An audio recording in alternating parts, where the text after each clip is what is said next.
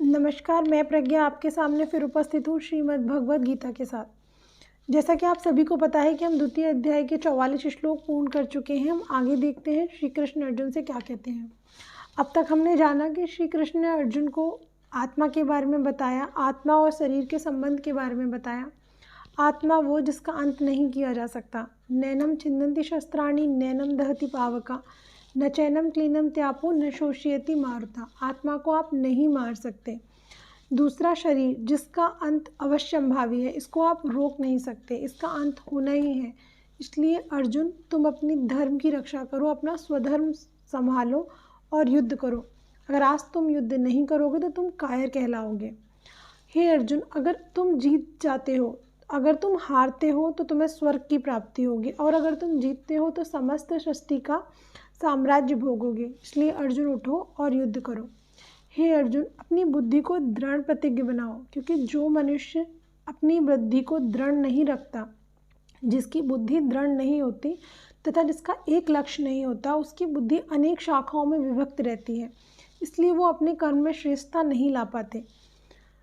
और कहते हैं कि वो मनुष्य जो वेदों के उन अलंकारिक शब्दों के प्रति अत्यधिक आकर्षित रहते हैं, अच्छा जन्म, स्वर्ग की प्राप्ति, इंद्रिय तृप्ति, ऐश्वर्यमय जीवन, वो अल्प ज्ञानी होते हैं। आगे देखते हैं श्री कृष्ण क्या कहते हैं। श्लोक नंबर 44। भोगेश्वर प्रसत्तानां तया प्रहत चेतसां व्यवसात्मिका बुद्धि समाधो न विधीयते। जो लोग इंद्रिय भोग तथा भौतिक ऐश्वर्य के प्रति अत्यधिक आसक्त होने से ऐसी वस्तुओं से मोहग्रस्त हो जाते हैं, उनके मनों में भगवान के प्रति भक्ति का दृढ़ निश्चय नहीं होता। वो लोग भगवान के प्रति दृढ़ निश्चय नहीं होते जो अपनी भक्ति के बदले कुछ मांगते हैं कि हमने आपकी पूजा कर ली, अब हमें ये चाहिए। वो एक तरह से व्यवहार निभाते हैं श्री कृष्ण के अनुसार कि वो भक्त दृढ़ नहीं होते। श्लोक नंबर 45। त्रैगुण्य विषया वेदो निस्त्रिगुण्यो भवार्जुन निर्द्वंद्वो नित्य सत्वस्थो निर्योगक्षेम आत्मवान। वेदों में मुख्यतः प्रकृति के 3 गुणों का वर्णन किया गया है। हे अर्जुन, इन 3 गुणों से ऊपर उठो। कौन से 3 गुण? समस्त द्वैतों, लाभ तथा सुरक्षा की सारी चिंताओं से मुक्त होकर आत्मपरायण बनो, सेल्फ कॉन्फिडेंट बनो। समस्त द्वैतों, दुविधा से ऊपर उठो। जो तुम्हें दुविधा है कि मुझे युद्ध करना चाहिए या नहीं करना चाहिए, इससे तुम ऊपर उठो। लाभ, इससे लाभ होगा या हानि होगी। सुरक्षा, इसमें क्या सुरक्षा है, कितनी हानि होगी। इन तीन चिंताओं से ऊपर उठकर आत्मपरायण बनो। हर एक मनुष्य को इन तीन चिंताओं से ऊपर उठना चाहिए, तभी वो किसी कार्य में कुशलता से कर सकता है।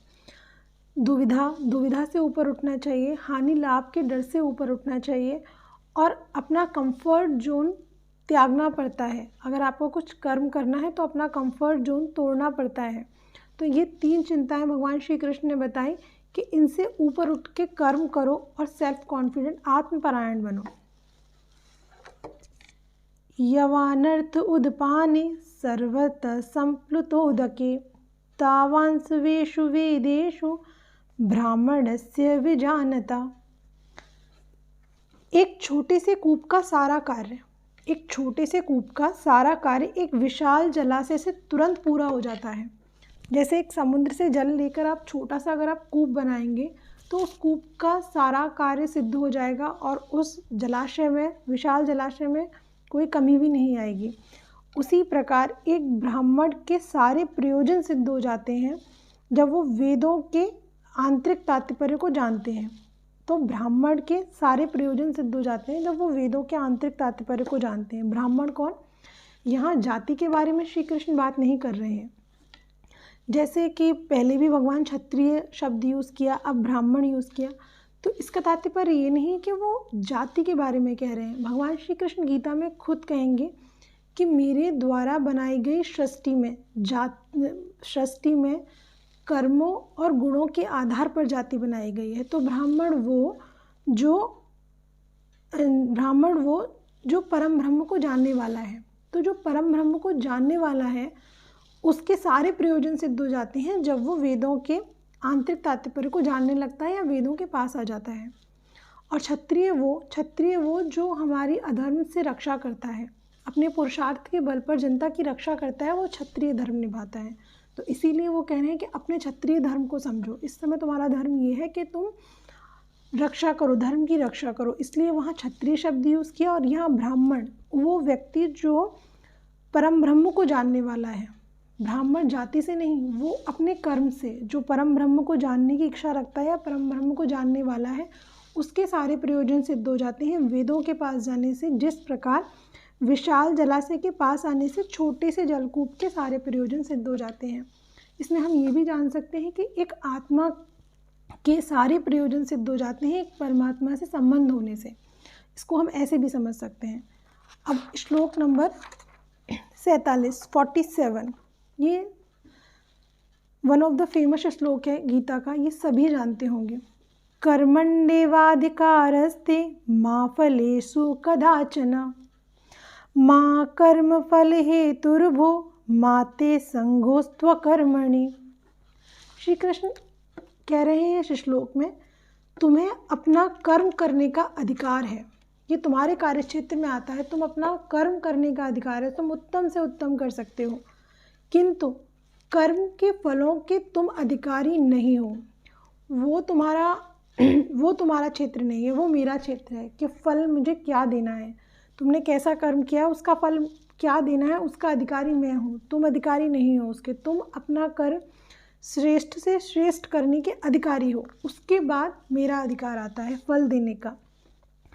तुम ना तो कभी अपने आप को अपने कर्मों के फलों का कारण मानो, क्योंकि कारण कोई और है, कर कोई और रहा है, दे कोई और रहा है, बस तुम करते जाओ, अच्छे से अच्छा करते जाओ, फल मिलेगा। लेकिन फलों का कारण तुम नहीं, फलों का कारण आपका प्रभु है।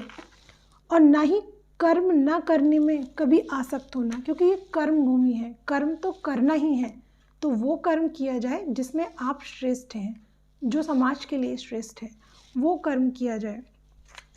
श्लोक नंबर 48 योगस्त्व कुरु कर्माणि संगम त्यक्त्वा धनंजय सिद्धया सिद्धियो समो भूत्वा समत्व योग उच्यते। हे अर्जुन, जय तथा पराजय की समस्त आसक्ति त्याग कर संभाव से अपना कर्म करो, ऐसी समता योग कहलाती है। इसमें श्री कृष्ण कह रहे हैं अर्जुन से कि हे अर्जुन, जय तथा पराजय की समस्त आसक्ति को त्यागो और संभाव से अपना कर्म करो। क्योंकि आप अगर इन चिंताओं में लगे रहेंगे कि मेरी जय होगी या पराजय होगी, हानि होगी कि लाभ होगी, मैं कर लूँ तो कहीं उपहास ना हो, इन चिंताओं में अगर रहेंगे तो अपने कर्म पर फोकस नहीं कर पाएंगे। ये बात कहीं ना कहीं इस चीज़ से सिद्ध होती है कि जो लोग अपनी हॉबी को अपना कैरियर बनाते हैं वो ज़्यादा सक्सेसफुल होते हैं। क्यों? क्योंकि वो अपने कर्म में श्रेष्ठ से श्रेष्ठ करते हैं, वो अपने कर्म में इतने संलग्न होते हैं कि वो फल के बारे में अधिक नहीं सोचते, वो सिर्फ अपने कर्म को उत्तम बनाने के बारे में सोचते हैं, इसीलिए वो ज़्यादा सक्सेसफुल होते हैं। तो यहाँ श्री कृष्ण यही कह रहे हैं कि जय और पराजय की समस्त आसक्ति त्याग कर संभाव से जो कर्म करते हैं वो समता योग कहलाती है। अब योग क्यों कह रहे हैं आगे देखते हैं। श्लोक नंबर 49 दूरेण हावरम कर्म बुद्धि योग धनंजय बुद्धो शरणम विच्छा कृपणा फल हेतवा। हे धनंजय, अर्जुन, भक्ति के द्वारा समस्त ग्रहित कर्मों से दूर रहो, मतलब कर्म करो और भक्ति करो। भक्ति के द्वारा समस्त ग्रहित कर्मों से दूर रहो, क्योंकि जो तुम्हें फल मिल रहा है वो देने वाले आपके प्रभु हैं, भगवान हैं। तो भक्ति के द्वारा कर्म करो और भक्ति के द्वारा समस्त ग्रहित कर्मों से दूर रहो और उसी भाव से भगवान की शरण ग्रहण करो।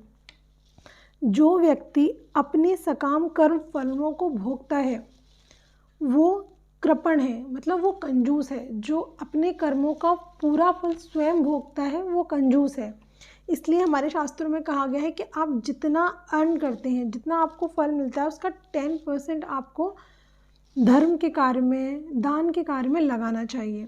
क्योंकि श्री कृष्ण इस श्लोक में कह रहे हैं कि जो व्यक्ति अपने सकाम कर्म फलों को भोगना चाहते हैं वे कृपण हैं। श्लोक नंबर 50। बुद्धियुक्तो जहातिह उभे सकृत दृष्कृते तस्माद्योगाय युज्यस्व योगा कर्मसु कौशलम। भक्ति में संलग्न मनुष्य इस जीवन में ही अच्छे तथा बुरे कार्यों से अपने को मुक्त कर लेता है।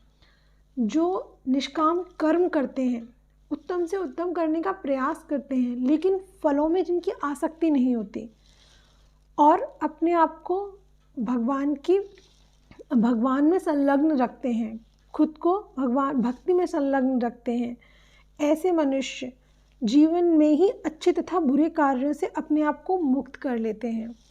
अतः योग के लिए प्रयत्न करो, क्योंकि सारा कार्य कौशल यही है।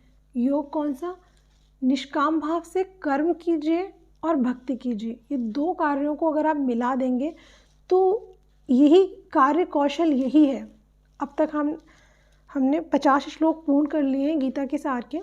अब मैं अपनी वाणी को विराम देती हूँ। अगले वीडियो में जानेंगे कि श्री कृष्ण आगे क्या कहेंगे। तब तक के लिए जय श्री कृष्ण।